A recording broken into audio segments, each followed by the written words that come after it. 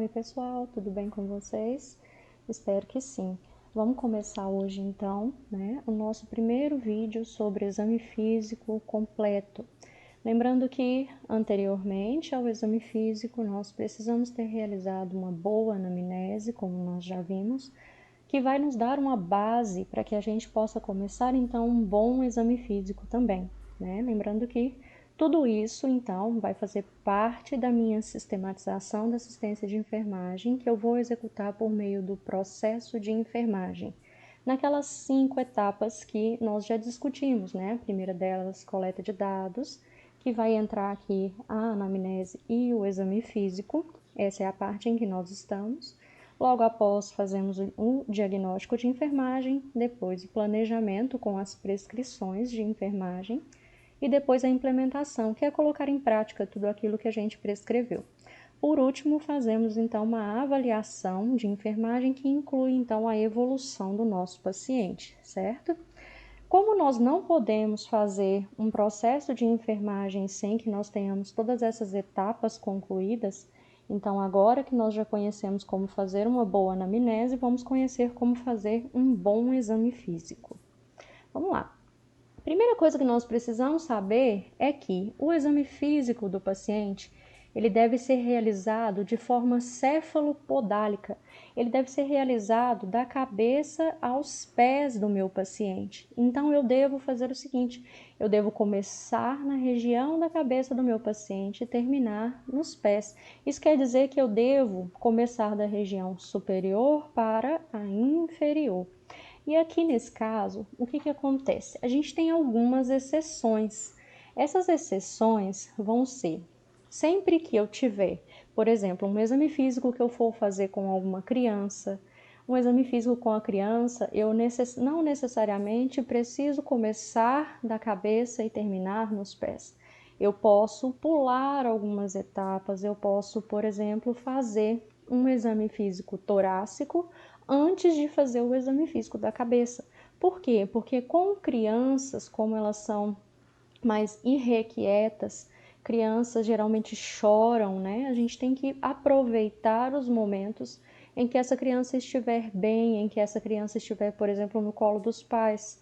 Então, as áreas onde eu vou precisar, por exemplo, fazer ausculta, em que eu preciso escutar o som, eu posso fazer primeiro, Até que essa criança fique mais tranquila, até que essa criança, por exemplo, no final, elas sempre começam já a ficar um pouco mais irritadiças, e aí eu deixo essas partes mais simples, como a inspeção, como qualquer outro exame que eu não precise de som, para o final.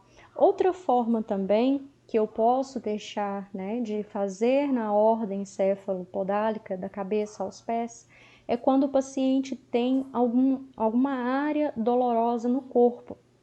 Por exemplo, se o meu paciente está sentindo muita cefaleia, muita dor de cabeça, eu posso deixar o exame da cabeça por último, Ou então em algum outro momento.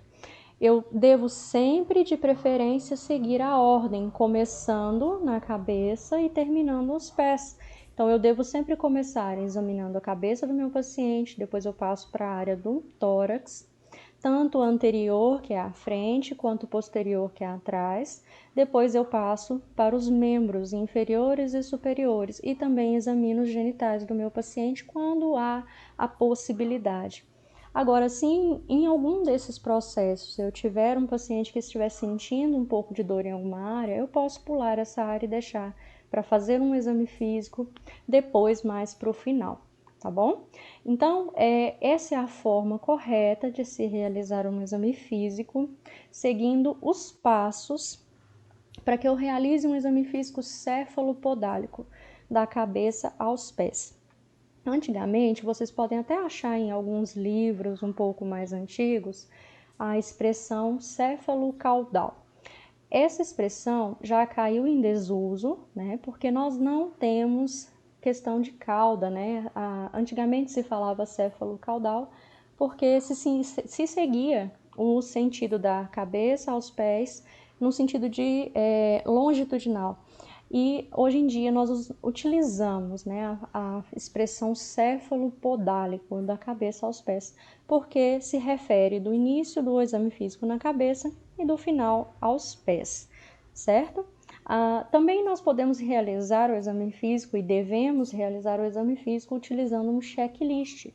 Assim como vocês fizeram uma anamnese utilizando um checklist, vocês também vão utilizar um checklist para fazer o exame físico. Quais são as vantagens? As vantagens é de que o seu exame físico se torna mais organizado e por meio do checklist você não vai esquecer de nenhuma das etapas do exame físico que você precisa fazer. Outra forma também que ajuda muito a utilização do checklist é quando você está fazendo o exame físico do paciente e o seu checklist ele é um bom checklist, né? Toda a sua lista de exames e de opções que você precisa fazer e que você pode ou não encontrar no seu paciente, elas vão estar ali. Então você pode marcar nesse checklist, né, tudo que você está vendo de alterações, tudo que você está vendo de normalidades ou de anormalidades. E esse checklist, então, ele vai ser uma forma de te auxiliar. Mais para frente eu vou passar para vocês, então, um checklist com o qual eu trabalho, assim como eu mostrei para vocês, ensinei vocês a utilizarem o checklist da anamnese. Nós vamos também utilizar um checklist completo de um exame físico, ok? Então vamos lá. De forma geral, o exame físico ele é um levantamento das condições globais do meu paciente. Eu vou fazer toda uma inspeção, eu vou fazer todos os exames possíveis não invasivos com o meu paciente e ali eu vou ter uma ideia de como está o estado geral do meu paciente. Já adiantando para vocês, vocês devem ter visto, né, na parte da anamnese, nós podemos classificar o nosso paciente em REG, BEG e MEG. O que é isso, né? REG, R-E-G, significa regular estado geral. BEG, B-E-G, significa bom estado geral. E MEG, né? M-E-G, significa mau estado geral. Então, no final do meu exame físico, eu vou ter condições de dizer se o meu paciente está em REG, MEG ou BEG. Bom, os dados que eu coletar no exame físico também, eu devo utilizar para fazer os meus diagnósticos de enfermagem. Por isso, é muito importante que vocês saibam fazer um bom exame físico, porque um bom exame físico vai me levar a fazer um bom diagnóstico de enfermagem e dessa forma todo o meu processo vai ser feito com qualidade.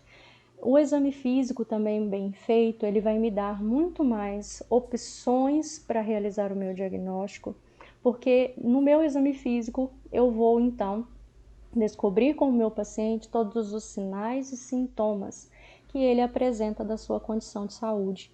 E aí eu vou também conseguir descobrir quais podem ser os cuidados que eu posso implementar para esse paciente, né?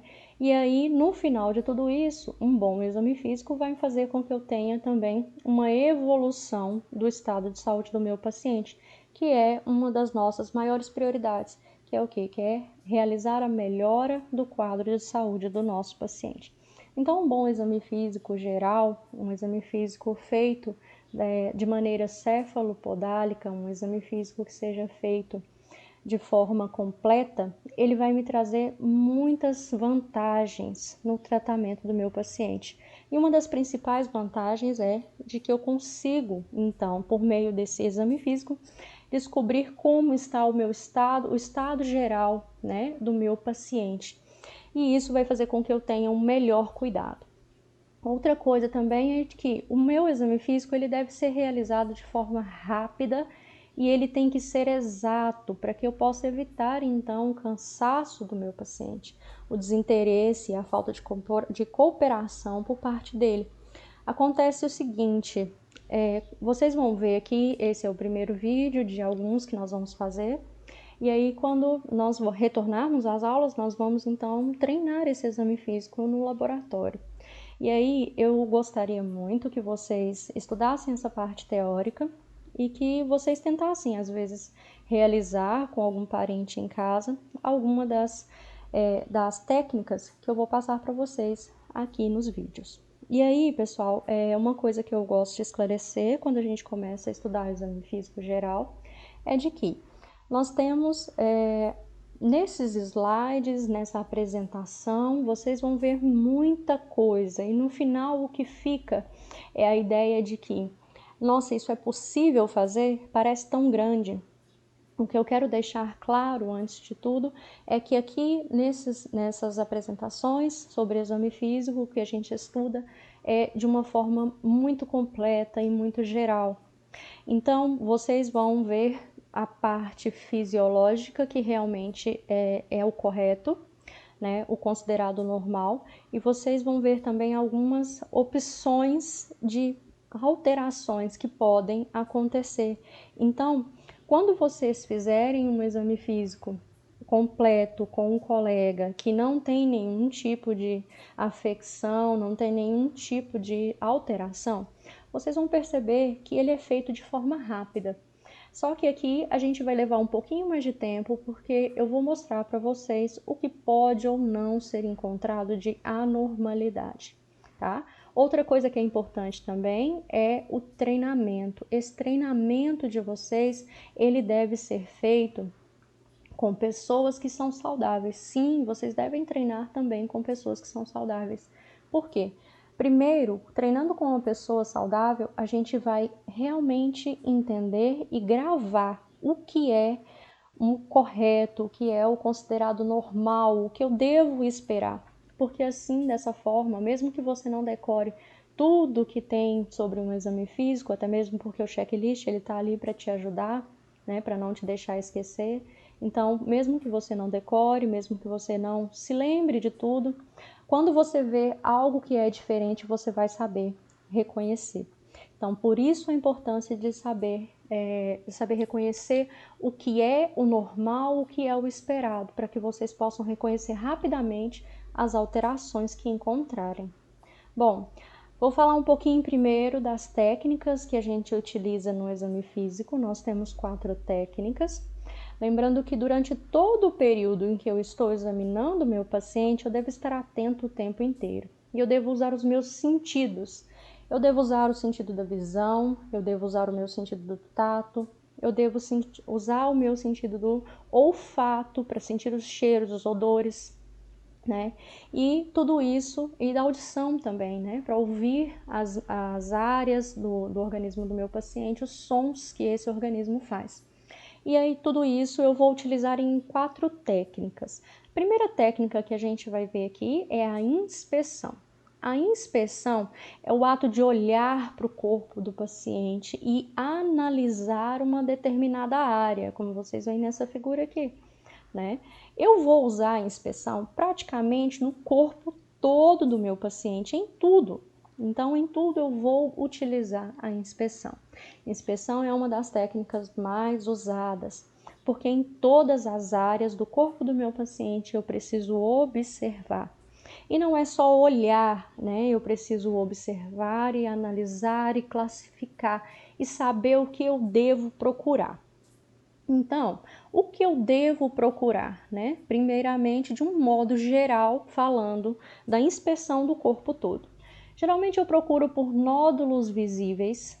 O que são esses nódulos visíveis? São pequenas áreas que podem estar altas ou até mesmo endurecidas, mas sem tocar o paciente eu já consigo ver, porque vai ser aquela área que ela vai estar alta, eu percebo, como se fosse um calombo, né?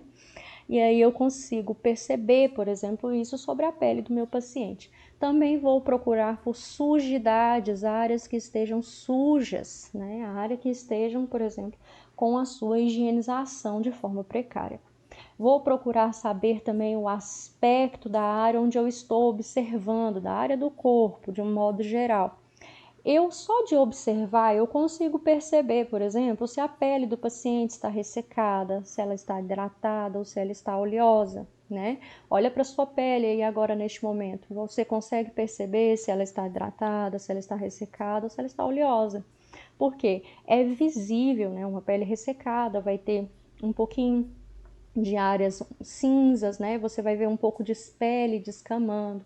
Uma pele hidratada, você vai ver que ela vai estar com brilho, né? E uma pele oleosa, o brilho vai estar muito mais alto, né? Você vai conseguir ver também um pouquinho de oleosidade na pele. Então, só na inspeção, no ato de olhar, você consegue classificar qual é o aspecto da área. Também vou procurar por lesões, né?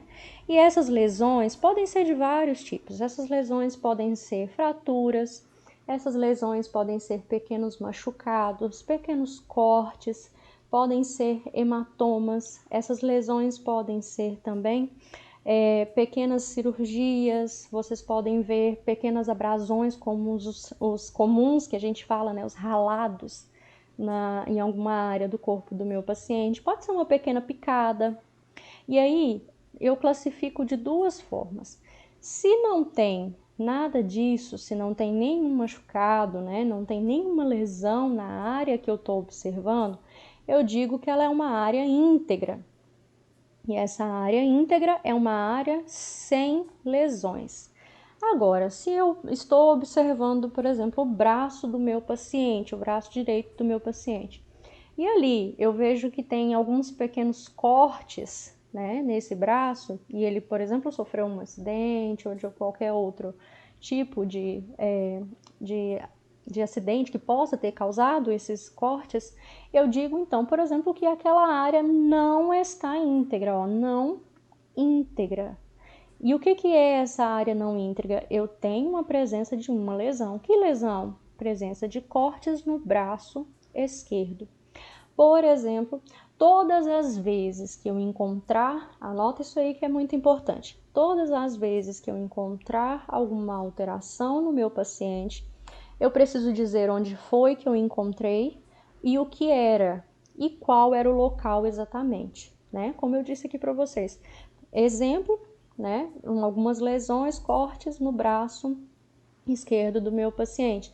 Então, eu vou descrever que a pele não está íntegra, posso colocar até mesmo entre parênteses presença de cortes, onde? No braço esquerdo, tá bom? Então, sempre é muito importante anotar onde é o local que você encontrou a lesão e qualquer outro tipo de anormalidade também. Outra coisa que eu também vou observar, sem precisar colocar a mão no meu paciente, é a simetria.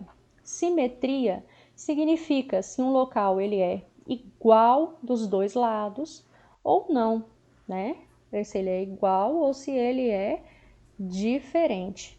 E aí eu vou olhar, por exemplo, o rosto do meu paciente. Eu posso observar como se eu fizesse uma linha, passando pelo local do nariz do meu paciente, subindo o rosto inteiro. Vou mostrar para vocês aqui mais para frente, pode ficar tranquilo que vocês vão entender melhor, tá? E aí eu vou observar se um lado do rosto é igual ao outro. Isso eu posso fazer com qualquer membro do meu paciente, com qualquer local do corpo, tá? Então, simetria é observar se é igual dos dois lados. E também vou observar a coloração, tá? Coloração é o quê? Eu vou observar a cor da pele, a cor do local onde eu estou observando. E aí eu vou dizer se ela é normocorada.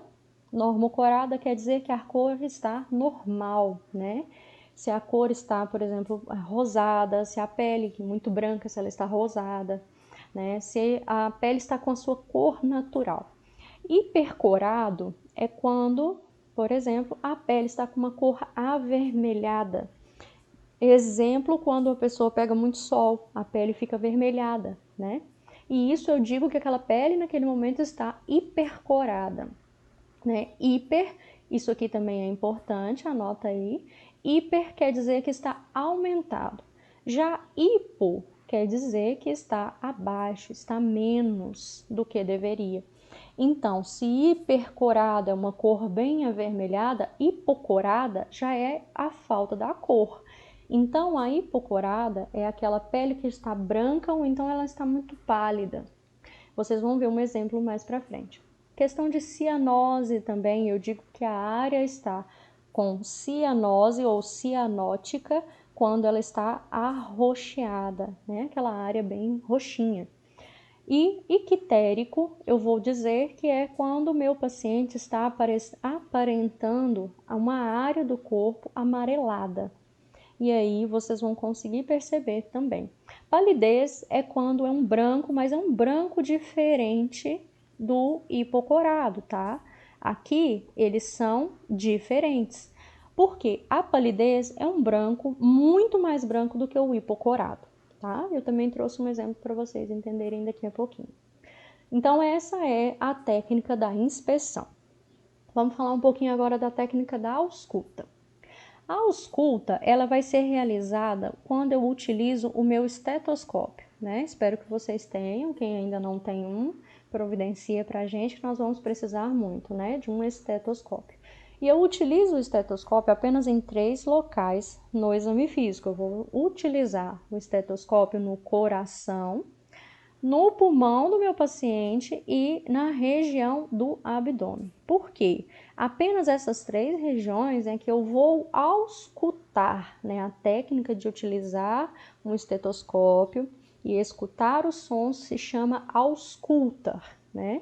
Então, no coração, no pulmão e no abdômen é que eu vou auscultar sons, que são o quê? São sons característicos de cada região. E aí eu vou procurar identificar sons anormais, tá bom? Então, essa técnica exige muita concentração e treinamento. Então, se você tem um esteto em casa, vocês podem, por exemplo, tentar ouvir, né, o coração de alguém da sua família, depois o pulmão e que depois o abdômen. Eu vou explicar mais pra frente, tudo aqui vai ser feito por fases, tá? Então não precisa preocupar. E aí vocês vão entender melhor, mas se já quiser treinar, podem treinar, tá bom? Para que vocês tentem ouvir e para que vocês tentem identificar o que é um som normal. No coração, os sons que eu ouvir, e se eles estiverem normais, eu vou descrevê-los como bolhas cardíacas, tá? Que vão ser chamadas de BCs, que são as abreviações. Então, as bolhas cardíacas, elas vão ser o som normal do coração. Eu também posso descrever como BNF, que são o quê? Bolhas normofonéticas, tá? Mas isso na parte do exame cardíaco eu explico melhor para vocês. No pulmão, os sons normais que eu vou escutar vão ser os murmúrios vesiculares, que eu vou classificar, vou escrever como murmúrios vesiculares ou como MV, tá bom? Então, os murmúrios vesiculares são sons normais da respiração. É o som da inspiração e da expiração. E esses sons eu chamo de murmúrios vesiculares, ou MVs. No abdômen, a gente ouve os ruídos hidroaéreos, que eu também chamo de RH. Então, essas três abreviações, elas são muito importantes, porque vocês precisam saber o que elas significam. Porque a maioria dos técnicos de enfermagem, dos enfermeiros, até mesmo dos médicos, utilizam essas abreviações, que são abreviações reconhecidas mundialmente, né? Principalmente aqui no Brasil nessa ordem, mas, por exemplo, fora do Brasil em outras ordens, mas são pequenas abreviações que são reconhecidas, então nós podemos vê-las em qualquer local onde se tenha atendimento de saúde, que são ABC, bolhas cardíacas, MV, murmúrios vesiculares e RH, ruídos hidroaéreos, ok? Então essa foi a ausculta. Falando da palpação, né, que é a nossa terceira técnica que vamos ver aqui, a palpação é o modo de usar as mãos do examinador para tocar uma área do corpo do paciente. E ela tem o objetivo de identificar algumas coisas. Por exemplo, identificar nódulos palpáveis, lembrando que nódulos, né, são, como eu falei para vocês, são como se fossem pequenos calombos, né, áreas altas, endurecidas.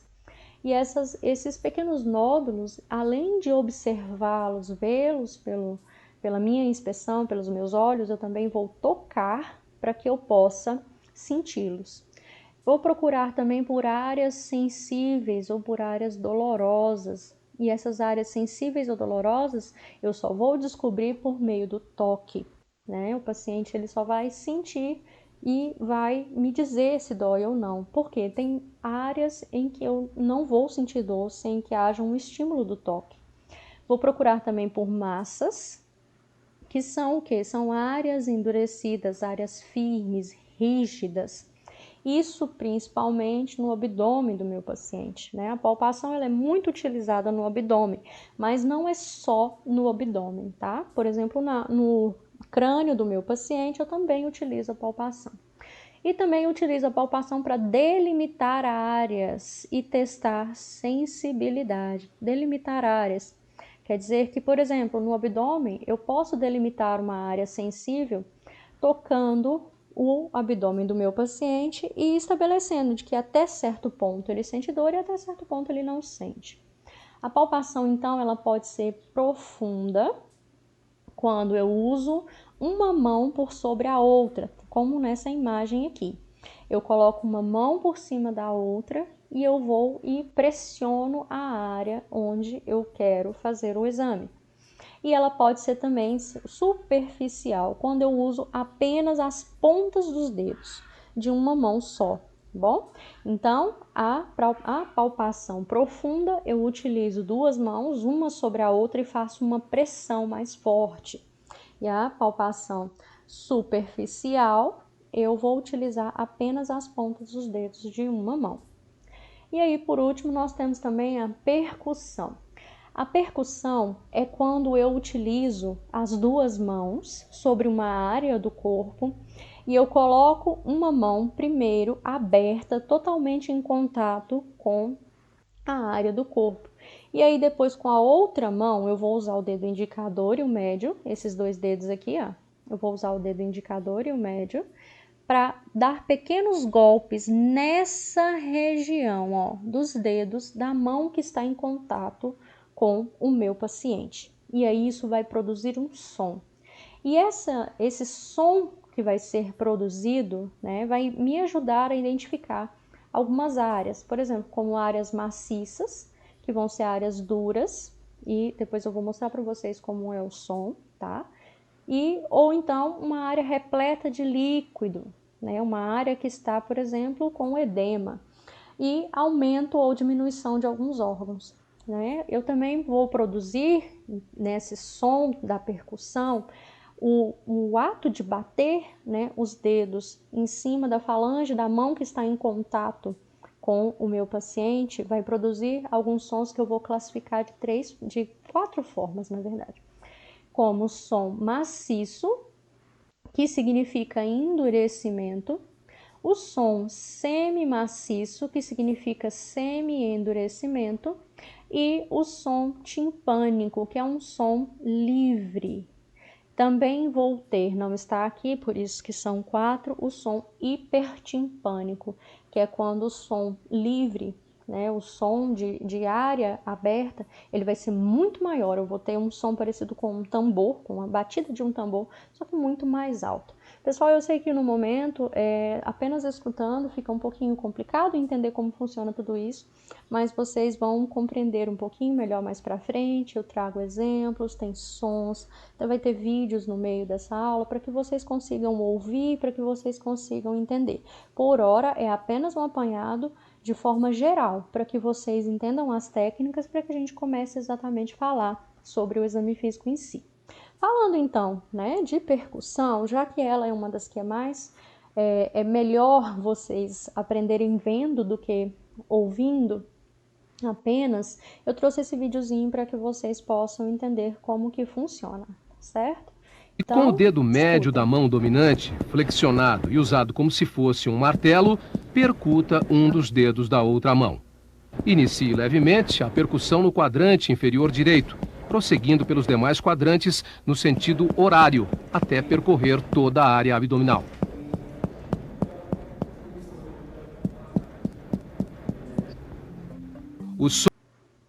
Ok? Esse videozinho foi para que vocês pudessem entender um pouquinho melhor como é feito, né? E para que vocês conseguissem entender. Então, realmente, eu coloco uma das mãos, de preferência a mão não dominante, sobre uma área do corpo do paciente. Aqui nesse vídeo demonstra o abdômen, mas pode ser usado em outras áreas, como vou falar para vocês.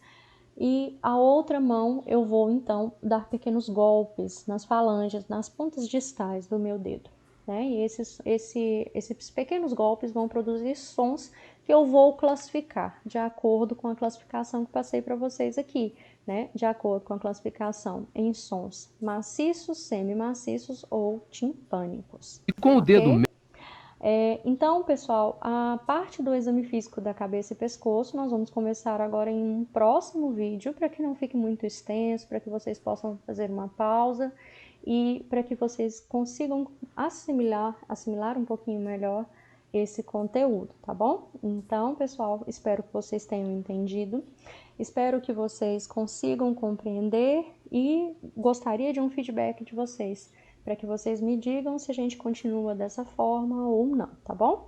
Então, espero que vocês estudem, que vocês consigam assimilar o conteúdo e que vocês tenham uma boa semana. Muito obrigada!